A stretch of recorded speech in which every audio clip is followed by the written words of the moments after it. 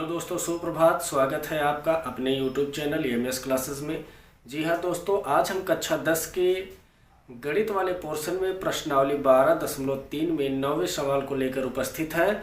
और इस 9वें सवाल में दिया गया है कि यदि इस वृत्त की त्रिज्या 7 सेंटीमीटर हो तो छायांकित भाग का क्षेत्रफल ज्ञात कीजिए।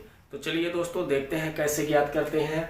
आप देख रहे हैं कि इसका जो त्रिज्या दिया गया है ये 7 सेंटीमीटर दिया गया है, ठीक है।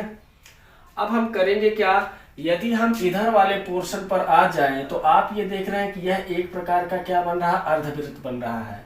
तो आप जानते हैं कि किसी भी अर्धवृत्त पर जो बना कोण होता है वह 90 अंश का होता है, अर्थात ये समकोण त्रिभुज बनाता है। क्या बनाता, चाहे जहां आप बनाएंगे ये आपका समकोण त्रिभुज ही बनेगा। तो ये जो त्रिभुज ABC बना हुआ है, यहाँ पर आपका समकोण त्रिभुज बना हुआ है। अब यदि इस अर्धवृत्त के क्षेत्रफल में से इस समकोण त्रिभुज का क्षेत्रफल हम घटा दें तो बड़े आसानी से इस छायांकित भाग का क्षेत्रफल आ जाएगा और बाद में हम इस छायांकित भाग का क्षेत्रफल उसी छायांकित भाग के क्षेत्रफल में जोड़ लेंगे तो आसानी से यह सवाल हमारा कंप्लीट हो जाएगा। चलिए देखते हैं कैसे। ये जो आपका समकोण त्रिभुज बन रहा है, समकोण त्रिभुज यहाँ पर बनता है और 90 अंश के कोण के सामने की जो भुजा होती है यह आपकी कर्ण कहलाती है। अब इसी में से एक लंब और एक आधार हो जाएगा, या फिर आप एक आधार और एक ऊंचाई कह सकते हैं, ठीक है। क्योंकि समकोण त्रिभुज के क्षेत्रफल का सूत्र होता है 1/2 आधार गुणे ऊंचाई। तो एक को आधार मान लेंगे, एक को ऊंचाई मान लेंगे। लेकिन बड़ी बात यह है कि अभी इनका जो मान है हमारे पास नहीं है, और नहीं है तो हम कैसे निकालेंगे, देखिए ध्यान से। आप जानते हैं कि ये दोनों भुजाएं आपस में समान है, ठीक है। तो समकोण त्रिभुज अर्थात त्रिभुज ABC से अगर हम चर्चा करेंगे तो समकोण त्रिभुज में होता है कर्ण का स्क्वायर बराबर लंब का स्क्वायर प्लस आधार का स्क्वायर। अब ये जो कर्ण है आपका, कर्ण आपका दिया गया है 7 और 7 मिलके 14, किसका स्क्वायर, 14 का स्क्वायर बराबर लंब क्या है, लंब आपका BC है का स्क्वायर प्लस आधार आपका AC बन जाएगा। तो अभी अभी हमने बताया आपको जो BC और AC है ये दोनों भुजाएं समान है। क्यों समान है, क्योंकि ये जो आपका व्यास गया है इसी व्यास पर ये दोनों भुजाएं आपस में इसी व्यास से होकर मिल रही हैं, इसलिए ये दोनों समान हो जाएंगी। तो चलिए 14 और 14 का गुणा कराएंगे तो 196 आएगा, और BC की जगह हम लिख सकते हैं AC का स्क्वायर और प्लस AC को AC ही रहने देंगे। तो 196 बराबर AC और AC मिलके 2AC का स्क्वायर हो जाएगा। अब AC का स्क्वायर बराबर 196 है जो, अब बटे 2 कर देंगे अर्थात बटे 2 हो जाएगा। अब 2 9 18 और 2 8 16 हो जाएगा। कहने का मतलब AC बराबर इस स्क्वायर को उधर पक्षांतर करेंगे तो करड़ी में या रूट में 98 बना देगा। अब यदि इसका निकालेंगे AC बराबर, आपको पता होगा कि यदि कोई संख्या रूट में है तो उसका वर्गमूल ज्ञात किया जाता है, और इसका वर्गमूल जब हम ज्ञात करेंगे तो हमारा आ जाएगा 7 करड़ी में 2 सेंटीमीटर। अर्थात जो AC है ये भी 7 करड़ी में 2 आ गया, जो BC है ये भी 7 करड़ी में 2 आ गया, ठीक। तो यहाँ पर हम दर्शा सकते हैं कि AC बराबर BC और बराबर ये 7 करड़ी में 2 सेंटीमीटर आ चुका है। अब क्या करेंगे, देखिए ध्यान से। यदि इसकी त्रिज्या 7 सेंटीमीटर दी गई है तो यहाँ से यहाँ तक भी 7 सेंटीमीटर होगा और यहाँ से यहाँ तक भी 7 सेंटीमीटर होगा। तो जो ये छोटा वाला वृत्त है इसका व्यास 7 सेंटीमीटर बन जाएगा और त्रिज्या अगर हम कहेंगे तो 7 का आधा हो जाएगा। अर्थात छोटे वृत्त की त्रिज्या, छोटे वृत्त की जो त्रिज्या है आपकी वो आपकी हो जाएगी 7/2 सेंटीमीटर। कहने का मतलब ये तो व्यास हो गया इसके लिए, तो इसका आधा आपका 7/2 हो जाएगा। अच्छा चलते हैं आप छायांकित भाग का क्षेत्रफल ज्ञात करने। तो छायांकित भाग का क्षेत्रफल हो जाएगा आपका, छायांकित भाग का क्षेत्रफल बराबर हो जाएगा, देखिए इसी चित्र को देखकर ही हम सवाल लगाएंगे। क्या होगा, पहली बात तो इधर आ जाइए, ये आपका अर्धवृत्त बन रहा है।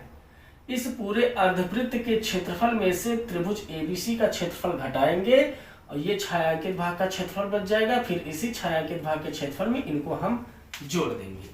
तो देखते हैं कैसे। अर्धवृत्त का क्षेत्रफल,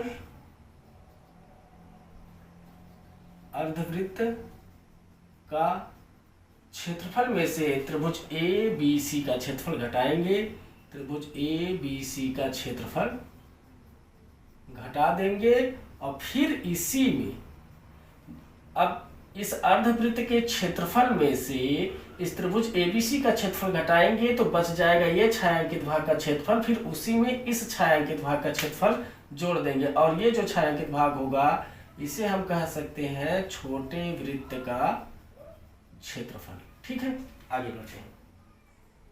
अर्धवृत्त के क्षेत्रफल का सूत्र होता है पाई आर स्क्वायर बटे 2 माइनस त्रिभुज एबीसी के क्षेत्रफल का सूत्र क्या होगा। अब ये त्रिभुज जो एबीसी है यह एक समकोण त्रिभुज है और समकोण त्रिभुज का जो क्षेत्रफल का सूत्र होता है वह होता है 1/2 आधार गुणे ऊंचाई। ठीक, फिर प्लस छोटे वृत्त का क्षेत्रफल यहाँ पर आपका हो जाएगा छोटे वृत्त का क्षेत्रफल पाई आर स्क्वायर। ठीक है, वैसे तो हमें इसे कैपिटल आर मान लेना चाहिए था, इसे छोटा आर। फिलहाल आप समझ रहे हैं कि छोटा वाला इसका लिया गया है और बड़ा वाला ये पूरा अर्धवृत्त का लिया गया है। ठीक है, आगे बढ़ते हैं। पाई का मान होता है 22/7 और गुणे आर। तो बड़े वाले का जो आर है, जो बड़े वाले का आर है वो आपका है 7 सेंटीमीटर। तो यहाँ 7 का स्क्वायर ना करके 7 का गुणा 2 बार करा देंगे बटे 2 माइनस 1/2 आधार। आधार इसका बन रहा है अभी अभी हमने निकाला AC। आधार क्या बन रहा है AC और इसकी ऊंचाई जो बन रही है वो बन रही है BC। ठीक है, और प्लस पाई का मान होता है 22/7 और ये जो आर है ये छोटे वृत्त की बात हो रही, तो छोटे वृत्त की जो त्रिज्या है वो यहाँ पर लिखा गया है 7/2। अब इनका स्क्वायर ना करके हम इसे 2 बार गुणा करा देंगे। ठीक है, चलिए देखते हैं। अब इसी को कैलकुलेट कर लीजिए, ये कैंसिल हो जाएगा आपका और 2 इग्रहिया में 22 होगा। आगे बढ़ेंगे तो 11 सतह 77 प्राप्त होगा माइनस 1/2। अब AC क्या है, AC आपका 7 करड़ी में 2 है। कितना है आपका 7 करड़ी में 2 और गुणे BC क्या है, ये भी आपका 7 करड़ी में 2 है। ठीक है, आगे बढ़ते हैं। प्लस ये 7 इस 7 से कैंसिल हुआ, 2 इग्रहियम 22 होता है, 11 सतह 77 और ये बटे आपका 2 बच जाएगा। अब जब यहाँ पर आप देखेंगे थोड़ा सा और सरल कराएंगे तो 77 माइनस इनका और इनका गुणा कराएंगे 7 सतह 49 और इनका गुणा होके 2 हो जाएगा, तो 49 का गुणा 2 से कराएंगे तो आपका आ जाएगा 98 और बटे ये 2 हो जाएगा। फिर प्लस 77/2। अब 2 को इनसे कैंसिल कराएंगे तो ये आपका बन जाएगा 49।